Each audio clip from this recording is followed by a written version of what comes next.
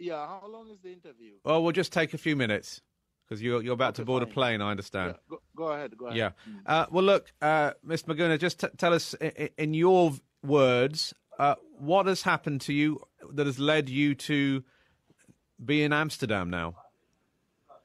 Well, as you all are aware, I was abducted from my house last Friday by people who did not identify themselves as the police.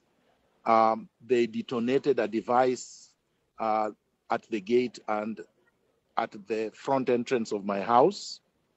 There were more than 30 heavily armed men.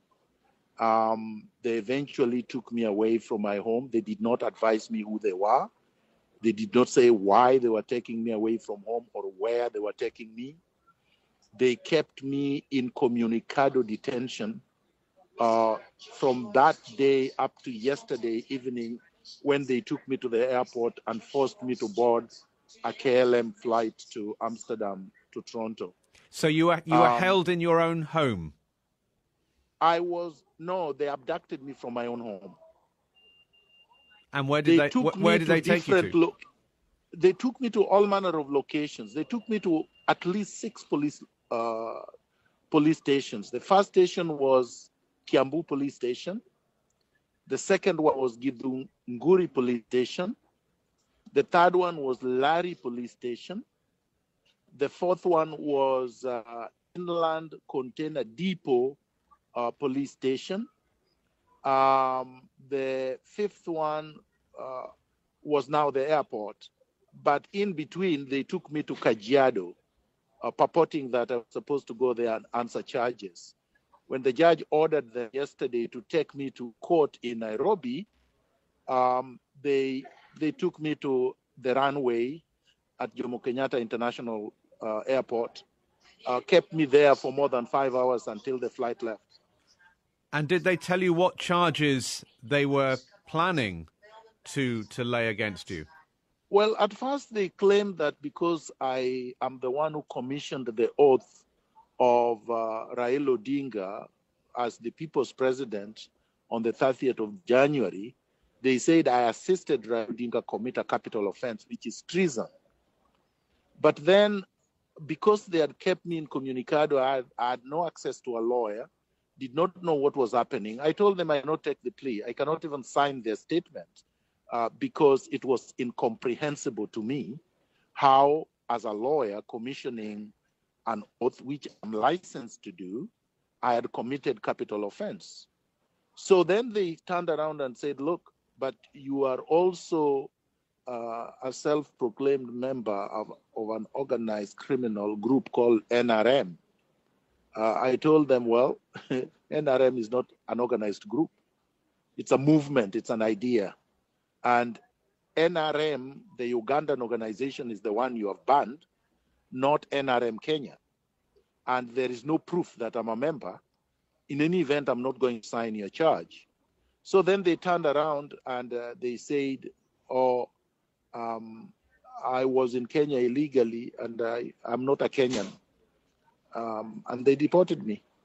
Did they explain why they apparently changed their mind then, that they were not going to take you to court, they were going to deport you instead? You see, they knew that they are in violation of 5 court orders. 5 times the High Court has ordered that they take me to court.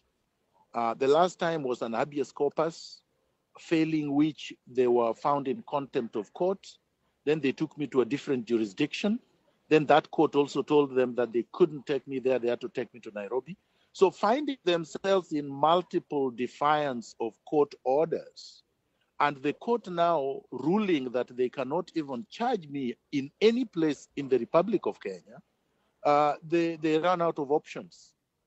They wanted to keep me. They wanted to continue to humiliate, degrade, and torture me, but the court refused. So, and it was proof that they had me. They couldn't deny it because they had produced me in a different court at the border of Kenya and Tanzania. And they decided the best thing to do is get rid of him. But unfortunately for them, the Constitution is very clear. You cannot cancel citizenship of a person who gained his citizenship by birth. And I was born in Kenya. So what now? What now? You're heading to Canada. Do you then I'm plan to heading return? to Canada. I'm going to fight this legally and constitutionally and politically. I instructed lawyers to initiate applications and proceedings. One, to invalidate, to nullify what Fred Matiang'i purportedly did in terms of deportation, to reinstate my passport, which they took illegally from me, and to allow me to be able to return to Kenya. I have a right, like any other Kenyan, to associate, to express myself, and to engage in any political activity which is lawful and peaceful. And that's what I've been doing. What is your view of what has happened to you? I've been treated like a beast. In fact, I've been treated so badly in the 5 days that I was kept in incommunicado detention. I was only given food twice. I was not allowed to sleep. I was kept standing for more than 24 hours. And when I was able to sleep, I slept on bare cement, cold floor without anything. I have not been able to take a shower since last Friday, even right now. And my feet are swollen. There was a time I thought I was going to get an attack of,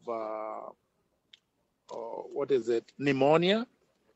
I demanded to see a doctor. They refused. So I've been tortured. I've been treated very badly. These guys do not respect the rule of law and the Constitution. And worst of all, they call themselves law enforcement agencies, but they do not comply by court orders. So they are rogue. In fact, they told me they are rogue. Yes? You're heading to Canada. Do you think that the Canadian authorities should actually get involved with your case? Of course. I mean, this is an egregious violation of human rights.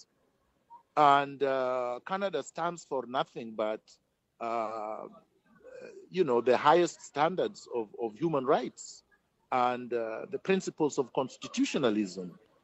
And mine have just been abrogated flagrantly for days on end, notwithstanding court orders. Mr. Maguna, thank you very much indeed, sir. Thank you.